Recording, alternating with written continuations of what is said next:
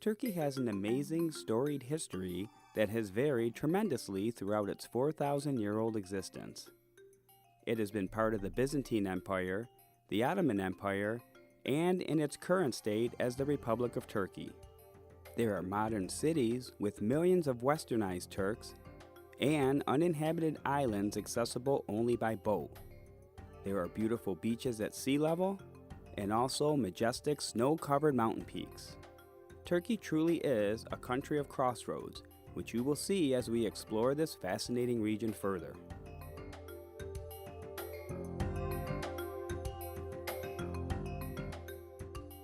Turkey sits on the geographic location that is sometimes regarded as the birthplace of human civilization. It's the only country in the world that sits in 3 different world regions: Europe, Asia, and the Middle East.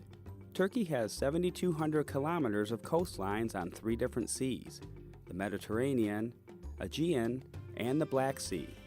The smaller portion of Turkey's landmass is called Turkish Thrace, and the bigger landmass, which makes up the vast majority of the country, is called Anatolia and lies within the Asian continent, which is why this region of Turkey is sometimes called Asia Minor. This is Turkey's absolute location, even though absolute locations themselves are relative. The latitude of a country is based off where it resides in its relationship to the equator, while longitude is based off where something is located in its relationship to the prime meridian.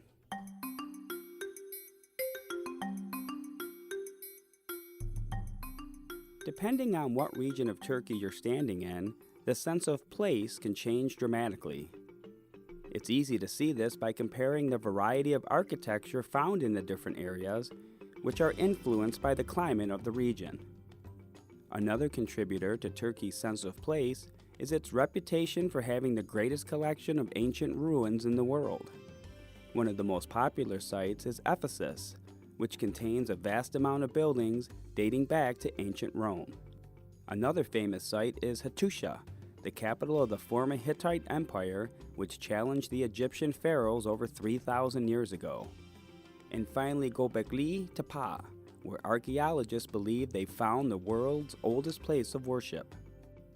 All of these archaeological sites give Turkey its sense of place because there is nothing like them anywhere else in the world.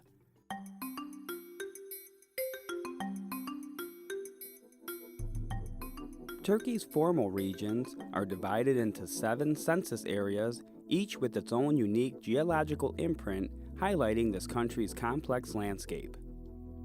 The Aegean region has the Aegean Sea to the west and luscious olive groves to the east, and contains ruins from the Greeks and Romans. The Black Sea region is a heavily forested mountain area and is popular for outdoor sports such as hiking and rafting. The central Anatolia region is where the national capital of Ankara resides, and this region also contains ancient Hittite and Phrygian ruins. The eastern Anatolia region is the mountainous part of Turkey, with harsh winters, and it's also the place where Mount Ararat sits. The westernmost area is called the Marmara region, which is the most urbanized area with the country's greatest cities, and also the home of monuments and relics from the Byzantine and Ottoman empires. The Mediterranean region lies along the crystal-clear sea of the same name and contains pine-filled mountains and a heavily indented coastline. And finally, the southeastern Anatolia region, the semi-desert area bordering countries of the Middle East, which is where most of the Kurdish population resides. There are very few parallels you can draw from these different regions, as each one has a unique geographical, historical, and political footprint. The most obvious vernacular regional division in Turkey is also its most controversial: the ongoing conflict between the Turks and the Kurds. The predominant ethnic group, the Turks, account for 75% of the overall population versus the 18% minority of Kurds. The Kurdish resistance group, the PKK, has been branded a terrorist group by Turkey and its allies, although Kurdish rebellions occurred against the Ottoman Empire for over 2 centuries. The modern-day conflict began after Turkey was occupied and partitioned following World War I.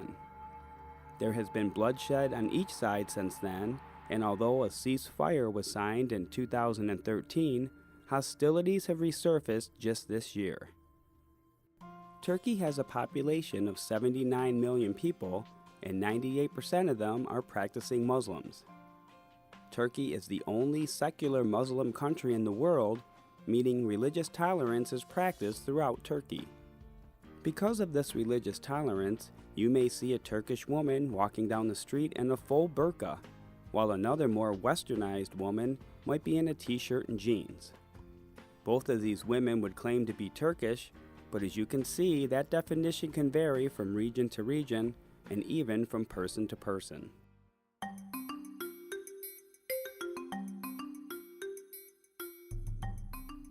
Turkey may be unique in its history and geography, but traveling in Turkey is similar to many other countries in this region of the world. Turkey has airports available for longer destinations and a moderate railway. Despite infrastructure improvements, Turkey's rail system is very fragmented and disconnected, and it's possible that you may be stuck waiting because of delays and detours. Luckily, Turkey has a very good long-distance bus network with air-conditioned buses, reserved seating, and fairly good service. On longer bus rides, you may be surprised when you are asked to exit your current bus to be transferred to a different bus who just bought you. Your luggage will be pulled off and transferred to the new bus, which will bring you to your destination. This is definitely a little different for travelers who might be used to our domestic Greyhound bus service. Even though Turkey borders oil-rich countries in the Middle East, petroleum in Turkey is one of the most expensive in the world because of the heavy taxes. A gallon of unleaded gasoline costs the equivalent of $9.60 in US dollars, which is why taking a bus is preferred over driving a car or taking a taxi to your destination. If traveling by boat is more your style as opposed to a bus ride, then Turkey is also one of the best places in the world to see by boat. Its extensive coastline, like the rest of the country, is filled with rich history and culture set beautifully against a scenic mountainous backdrop.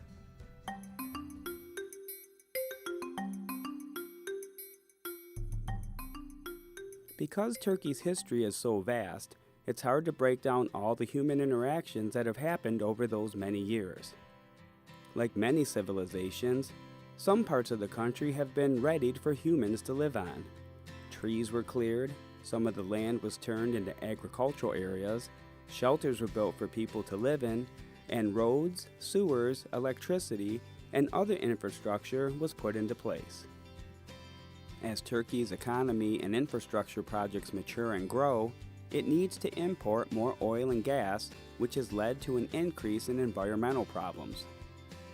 Turkey will need to be like other emerging players in the global economy by learning to balance its increase of energy consumption with environmental responsibility.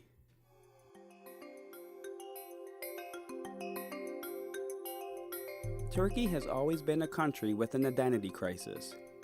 It's hard to say what Turkey stands for because it stands for so many things. Yet, within all the variety in its culture and the great depth of history, there really is no single landmark, geography, or symbol that truly defines it. I would love to visit Turkey someday, but I wouldn't even know where to begin. Do I head off to the bigger urban areas and cities teeming with their modern westernized populations? Or would I visit the ancient ruins that stand as a reminder to Turkey's past empires? By deciding to visit Turkey, one thing would be absolutely certain. There would never be a dull minute during your stay there.